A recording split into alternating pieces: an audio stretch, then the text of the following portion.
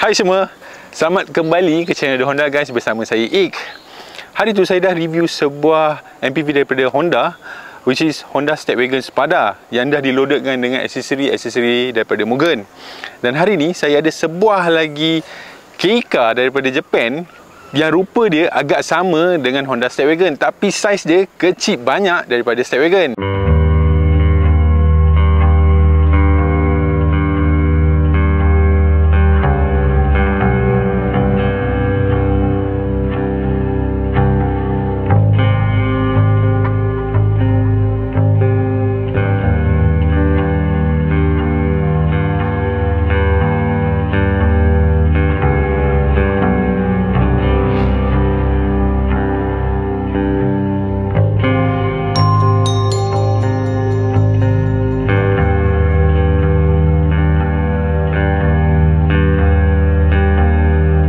Tekan button subscribe, tekan juga button like dan tekan juga button loceng untuk jadi yang pertama mendapat video-video latest daripada kami. Dan pada hari ini saya nak mengucapkan terima kasih kepada IKTBM Group Sdn Bhd yang terletak di Air Keroh, Melaka, di mana mereka telah memberikan saya kebenaran untuk saya review Honda N-Box pada hari ini.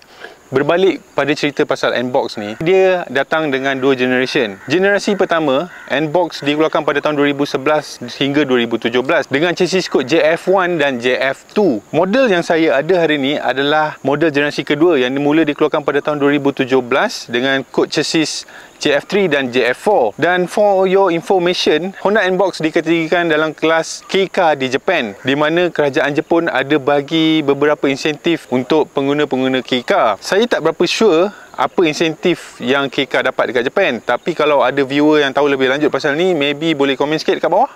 Dan untuk dikategorikan dalam kelas K-Car di Japan, sesebuah kereta tu mesti panjang tak melebihi 3.4 meter, lebar dia 1.48 meter dan tinggi tak lebih dari 2 meter. Dan yang paling penting sekali, capacity engine mesti tak lebih 660cc. N-Box ni actually adalah salah satu model yang wujud dalam Honda N family. Dia ada 3 model daripada N-Box sendiri, which is N-Box yang standard macam ni, kita ada N-Box Plus dan juga N-Box Slash. Selain daripada tu ada juga N1 dan N-Wagon.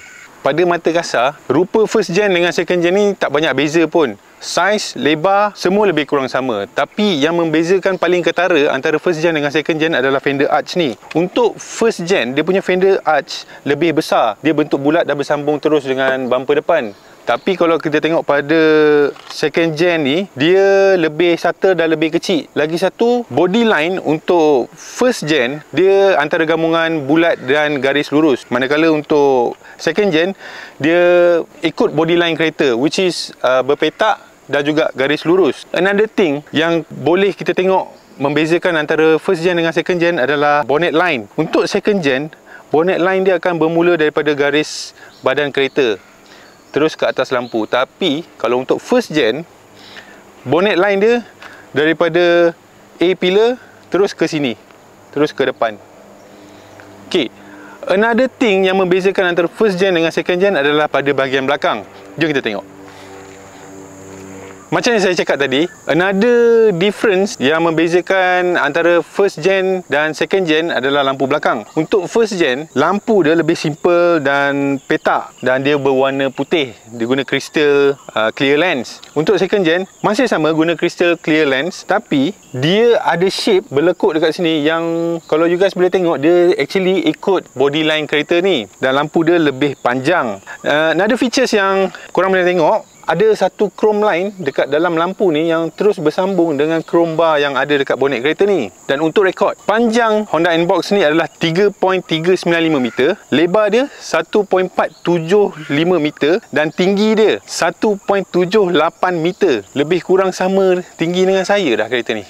Dan untuk tayar, Honda N-Box datang dengan standard rim size 15 dengan tayar profil 165/55. Kalau tak silap saya, tayar yang sama produk kancil, kelisa dan kenari guna pada satu masa dulu. Okey, jom kita tengok bahagian enjin ni pula.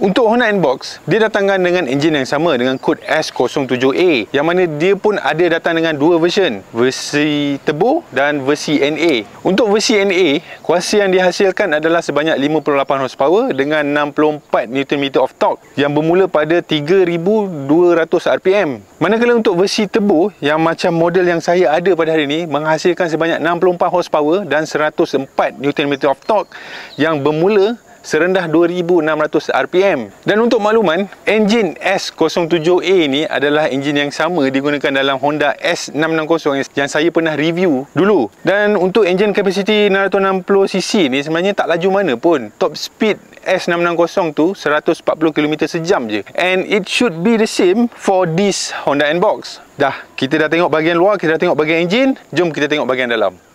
Okey, tadi kita dah tengok bahagian luar, sekarang kita tengok bahagian dalam dia pula. First, saya nak tunjuk pasal kunci dia. Kunci dia besar ni je. Tak sama macam Honda Malaysia punya kunci. Kunci dia sekecil kereta ni. Dan dekat kunci ni juga dia ada button lock, unlock, dan juga kita boleh control power door either belah kanan ataupun sebelah kiri. Okey, sekarang kita cerita pasal interior dia. Basically, dashboard punya design untuk first gen dengan second gen lebih kurang sama. Dia ada tray dekat sini, lepas tu meter dia dekat sini. And then, difference yang paling ketara adalah pada steering wheel. Okey, satu benda yang saya nak cakap, Honda NBox ni dah didatangkan dengan Honda Sensing. Where you can see on the steering wheel, dia ada datang dengan lane keep assist dan juga adaptive cruise control. Dan satu benda yang menarik dekat dalam Honda NBox ni, dia ada terlampau banyak storage space. First, dekat depan driver, kita ada satu storage space kat sini, which you can put your wallet, your handphone ataupun kunci rumah or whatever things that you can fit inside here lah. And then, dekat passenger side ni, dia ada small tray yang kalau passenger ni perempuan, dia boleh taruh handbag kecil dia dekat sini. Another thing, berkenaan dengan cup holder. Kereta ni ada terlampau banyak cup holder yang saya boleh nampak. First, untuk sebelah passenger, dia ada satu dekat sini. And then, untuk sebelah driver, dia ada satu dekat sini. And then, untuk passenger yang ketiga, pun ada satu dekat sini. Lepas tu, dekat bawah ni, ada satu storage yang saya tak tahu. Maybe boleh taruh wallet ataupun smart tag dekat bawah ni. Honda sangat terkenal dengan kepakaran diorang untuk mereka bahagian dalaman yang luas. Kalau kita boleh tengok Honda NBox pada bahagian luar, nampak kecil. Tapi pada bahagian dalam, dia taklah terlampau besar, tapi dia luas. Sebab headroom dia sangat tinggi. Tinggi gila dia punya headroom. Lepas tu, normally untuk kereta, dekat tengah ni akan ada center console yang menghalang pergerakan daripada sebelah kanan ke sebelah kiri. Tapi untuk Honda NBox ni, dia datangkan dengan flat floor. And then, untuk seat pula, material yang digunakan adalah gabungan antara leather dan juga fabric. Dan dia datangkan dengan bench seats. So, basically dekat depan ni, kalau by right, untuk 2 passenger je. Tapi, kalau you guys nak taruh third passenger, budak kecil dekat tengah ni, should be okay kalau untuk short distance journey. Tapi tak digalakkan. Okay, sebab seat belt dia datang ada 2 saja seat belt. And then dia ada armrest dekat tengah ni. Saya rasa okay sebab dia leather padded, sangat selesa. Dia tak boleh nak adjust macam certain car. Tapi basically it's nice to have, better than nothing kan. Okay, berbalik pada bahagian dashboard. Kereta ni datang daripada Japan. Dia datangkan dengan Kenwood infotainment system. Saya tak sure sama ada Kenwood infotainment system ni support Apple CarPlay ataupun Android Auto. And then bawah daripada infotainment system ni, dia ada aircon control button yang kalau you guys boleh nampak, satu feature yang menarik, dia ada seat heater punya function untuk passenger dengan drivers. So kita dah cerita pada bahagian depan, let's go cerita pada bahagian belakang. Cool kan? Kereta sebesar ni pun dah didatangkan dengan power sliding door untuk pintu belakang. Ini adalah sitting position yang saya set mengikut saiz saya. You guys boleh tengok, saya boleh berlunjur dalam kereta ni. Kalau dalam kereta-kereta macam Myvi ke, yang lagi besar daripada kereta ni, takkan boleh buat macam ni. Ok, dekat bahagian belakang ni, nothing much. Dia tak datangkan dengan aircon untuk rear passenger. Tapi, it should be enough untuk aircon daripada depan kena dekat bahagian belakang sebab saiz kereta ni tak berapa besar. And then, cameraman dekat sini, dia datangkan dengan hook juga pada bahagian belakang ni. Ini kita boleh guna kalau kita pergi pasar malam, kita taruh barang-barang makanan kita, kita boleh sangkut kat sini. Dia juga ada blind untuk passenger belakang. I don't know, sangat privacy kat belakang ni. Okay, another features, cermin tingkap belakang ni boleh diturunkan. Ini tingkap boleh diturunkan. Seat material sama macam seat depan, datangkan dengan leather dan juga fabric. And another features yang saya nak tunjuk dekat korang, adalah this one. Antara salah satu features yang menarik ada pada Honda Nbox ni, dia datangkan dengan Ultra Seat, yang mana seat ni boleh ditegakkan macam ni untuk korang bawa barang-barang besar. Dan juga lagi satu features, dia boleh baringkan seat ni flat ke lantai. Okay, sama juga dengan sebelah sini. Another features yang ada pada Honda Nbox ni adalah ini. Seat ni actually boleh dislide ke depan untuk bagi ruang yang lebih pada bahagian bonnet. And still, saya ada leg room yang cukup untuk long journey. Okay, jom kita tengok bahagian bonnet pula. Okay, tadi kita dah tengok bahagian dalam, sekarang ni kita tengok bahagian bonnet dia pula. Okay, dia punya opening sangat luas, tapi dia punya hinge ni tak berapa tinggi. So kalau macam orang tinggi macam saya, ada limited space. Tapi shouldn't be any problem sebab saya boleh berdiri dengan selesa, tak perlu nak menunduk. Kalau korang perasan, ada satu cermin. Okay, cermin ni basically untuk kereta size ni yang kalau tak ada reverse camera. Basically ini akan act as your reverse camera yang dia tunjuk hujung bahagian bumper ni kalau kita parking secara mengundur. Berbalik pada bahagian bonnet. Seat ni telah disetkan pada bahagian yang paling belakang. Yang mana saya duduk tadi boleh melunjur kaki. Ruangan yang kita ada ni taklah besar mana, lebih kurang macam city hatchback. Tapi dengan Honda Nbox ni, dia datangkan dengan practicality punya konsep. Sebabnya ruang boot space ni kita boleh adjust ikut kita. Ada satu tombol twill dekat sini, kita just tarik untuk kita dapatkan ruang yang lebih besar pada bahagian belakang. Tengok berapa banyak space yang kita ada. So kalau untuk balik kampung, saya boleh agak lebih kurang dalam 3 luggage besar yang menegak, tak ada masalah untuk kereta ni. Okey juga Nbox ni. Okey, jom kita pergi test drive.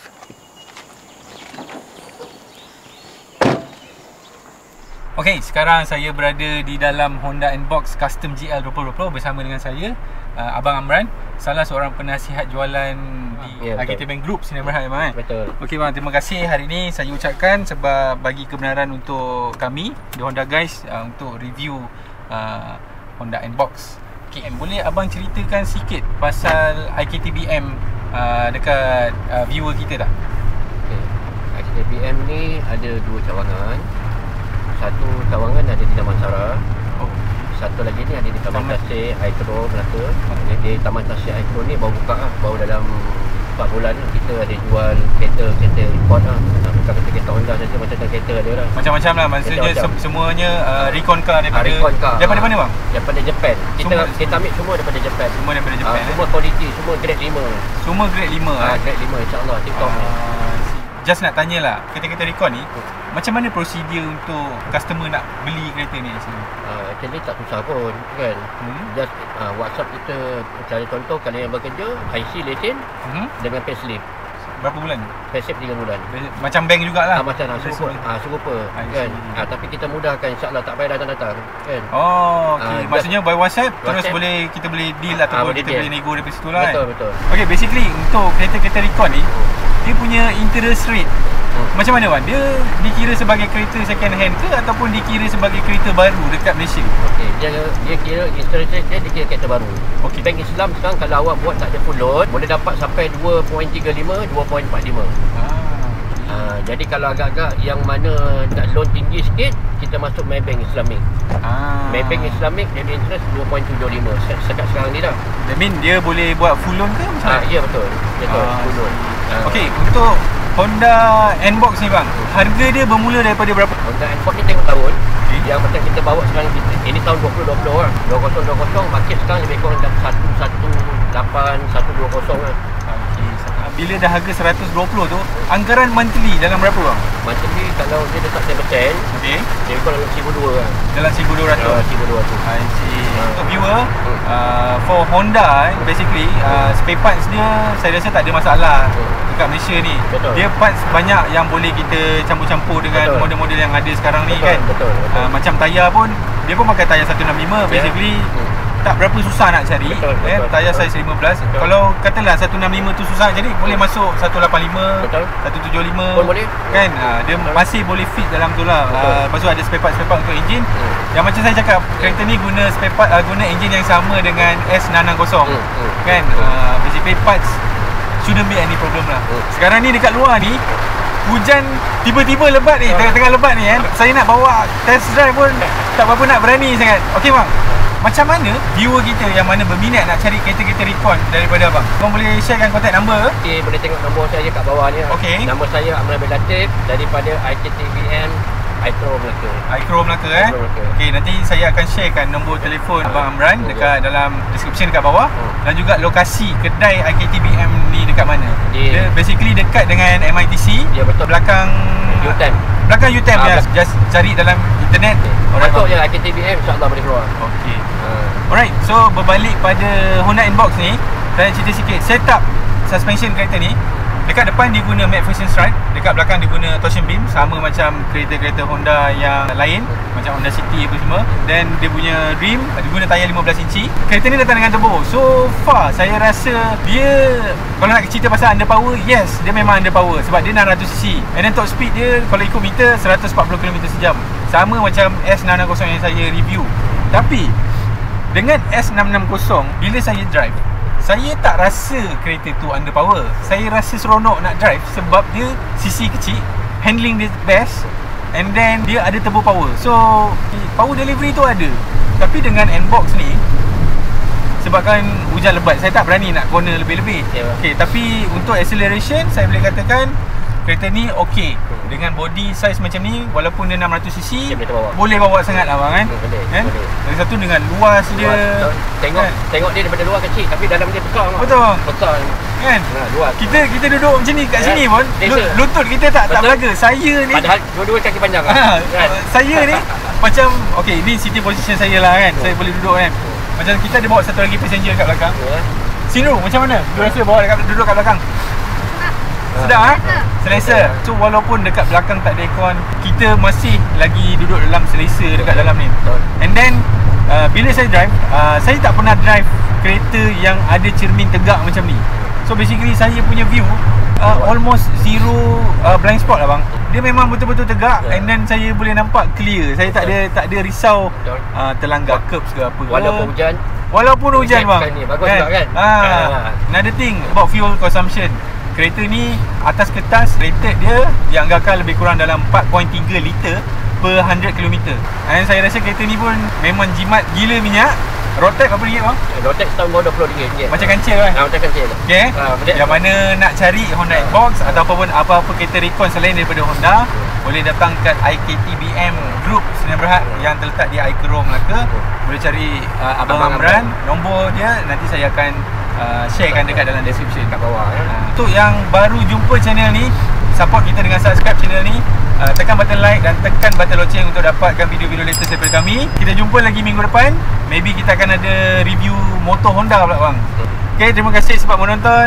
Jumpa lagi. Saya Ik di Honda guys. Bersama dengan Abang Amran daripada IKTBM. Alright. Jumpa lagi. Bye bye.